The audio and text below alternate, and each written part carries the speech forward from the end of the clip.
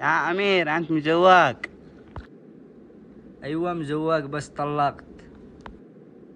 ليش طلقت؟ اتزوجت الأولى ما جابت عيال، اتزوجت الثانية ما جابت عيال، اتزوجت الثالثة هي وأولاده. أها افتهم لي الآن. يا زامطة تبرع نشتي نبني جدار للمقبرة.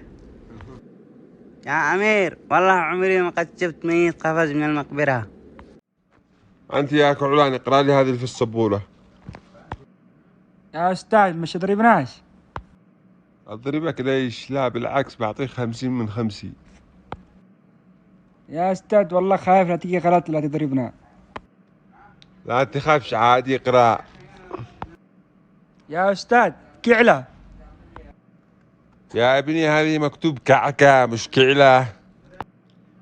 كعلوا راسك وأنا أقول ليش خايف. يلا اطلع من الفصل.